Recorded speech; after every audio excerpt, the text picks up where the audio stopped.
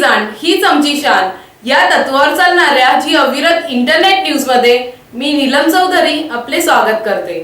तर आता पाहू सविस्तर घडामोडी। डोंबिवलीत 2 जणांना स्वाइन फ्लूची लागण। कल्याण पाठोपाठ आता डोंबिवलीतही स्वाइन फ्लूने दस्तक दिली असून 2 महिलांना या आजाराची लागण झाल्याचे वैद्यकीय अहवालात स्पष्ट झाले आहे। कल्याण डोंबिवली परिसरात स्वाइन फ्लूच्या रुग्णांमध्ये वाढ होत असून 37 संशयित रुग्ण आढळले आहेत। यातील 13 रुग्णांना स्वाइन फ्लू झाल्याचे स्पष्ट झाले आहे। आतापर्यंत कल्याणमध्ये स्वाइन फ्लूचे रुग्ण आढळले होते, परंतु डोंबिवलीतही संशयित रुग्णांमध्ये वाढ होत आहे। मोठागाव रेतीबंदर क्रॉसरोड परिसरात राहणाऱ्या 25 वर्षीय महिलेस त्रास सुरू झाल्याने एका खासगी रुग्णालयात उपचारार्थ दाखल करण्यात आले होते। तिची वैद्यकीय तपासणी केली असता तिला स्वाइन फ्लूची लागण झाल्याचे निष्पन्न झाले आहे।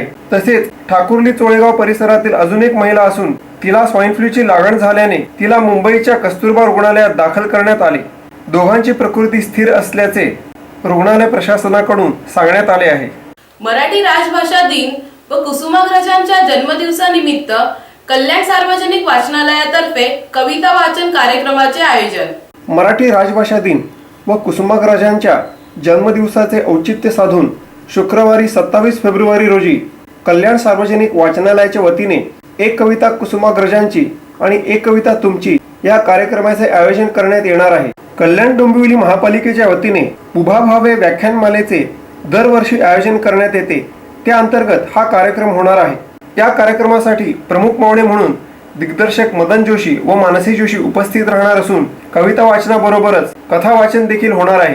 विशेष म्हणजे येत्या काही दिवसात जागतिक महिला दिन आल्याने या कविता वाचन कार्यक्रमाचे आयोजन सार्वजनिक वाचनालयाच्या वंदना सहस्त्रबुद्धे, प्रणिता जोशी, रेखा अगरवाल आणि त्यांच्या सहकारी करणार आहेत, असे सार्वजनिक वाचनालयाचे सरचिटणीस भिकू बारसकर यांनी सांगितले। त्याचप्रमाणे या कार्यक्रमात कविता वाचनासाठी एकूण 25 नोंदणी झाल्या आहेत, त्यापैकी जास्तीत जास्त महिलांचा सहभाग आहे असे त्यांनी स्पष्ट केले।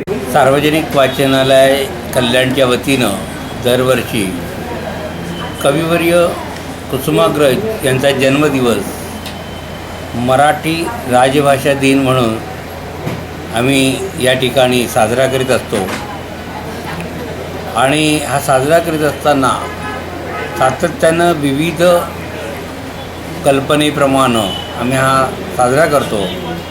आम्ही एक वर्ष सर्व शाळेतल्या मुलांना कल्याणच्या एका शंकरराव चौकात बोलून कुसुमाग्रजांची गीतं त्यांच्याकडनं गाऊन घेतली होती। त्या कार्यक्रमाला माननीय महापौर महोदया आणि इतर अनेक मान्यवर मंडळी उपस्थित होती।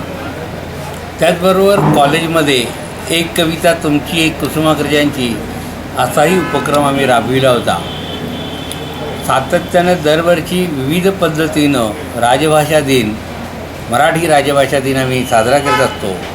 यावर्षी देखील ही संकल्पना घेऊन आणि त्याच दिवशी महिला दिन जवळ आल्यामुळे आम्ही या दोन्ही गोष्टींचा संयोग साधून यावर्षी आमच्या कार्यकारी मंडळातल्या ज्या चिटणीस आहेत, जो आशा जोशी, या संपूर्ण महिलांद्वारे हा राजभाषा दिन साजरा करत आहेत आणि त्यासाठी ठाण्याचे एक कलाकार मदन जोशी आणि एक त्याच्या जोडीला मानसी जोशी या प्रमुख पाहुणे म्हणून येत आहेत। उभा भावे व्याख्यानमाले अंतर्गत कल्याण डोंबिवली महानगरपालिकेच्या सहकार्यानं आम्ही हा राजभाषा दिन संपन्न करीत आहोत आणि त्यासाठी पुन्हा एक कल्पना आम्ही राबवली, एक कविता तुमची एक कुसुमाग्रजांची। यासाठी आमच्याकडे आत्तापर्यंत पुरुष कवींपेक्षा महिला कवयित्रींनी खूप नावं दिलेली आहेत।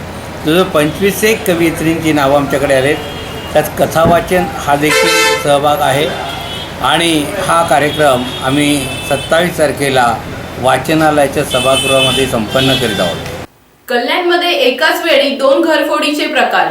कल्याण डोंबिवली महानगरपालिका परिसरात गेल्या आठवड्यात वारंवार घरफोडीचे प्रकार घडल्याचे समोर आले आहे। कल्याण पश्चिम येथे असलेल्या बेतुरकरपाडा परिसरात 2 घरफोडी झाल्या असून त्यामुळे नागरिकांमध्ये चिंतेचे वातावरण पसरले आहे। या घरफोडी रविवारी 22 फेब्रुवारी रोजी पहाटेच्या सुमारास झाल्या असाव्यात असा अंदाज पोलिसांनी वर्तवला आहे। जयशिव वैभव सोसायटीत राहणारे भागवत देशमुख आणि छायाकृष्ण सोसायटीत राहणाऱ्या नीलम नलावडे यांच्या राहत्या घरात या घरफोडी झाल्या आहेत। देशमुख यांच्या घरातून 20,000 रुपयांचा ऐवज आणि रोख रक्कम तर नलावडे यांच्या घरातून 5 ग्रॅम वजनाचा सोन्याचा ऐवज चोरीला गेल्याचे पोलिसांनी सांगितले। दोनही गुन्ह्याची नोंदणी महात्मा फुले पोलीस ठाण्यात करण्यात आली असून या गुन्ह्याचा छडा लवकरात लवकर लावू असे पोलिसांनी स्पष्ट केले आहे। तर याच बरोबर हे बातमीपत्र संपले। नमस्कार।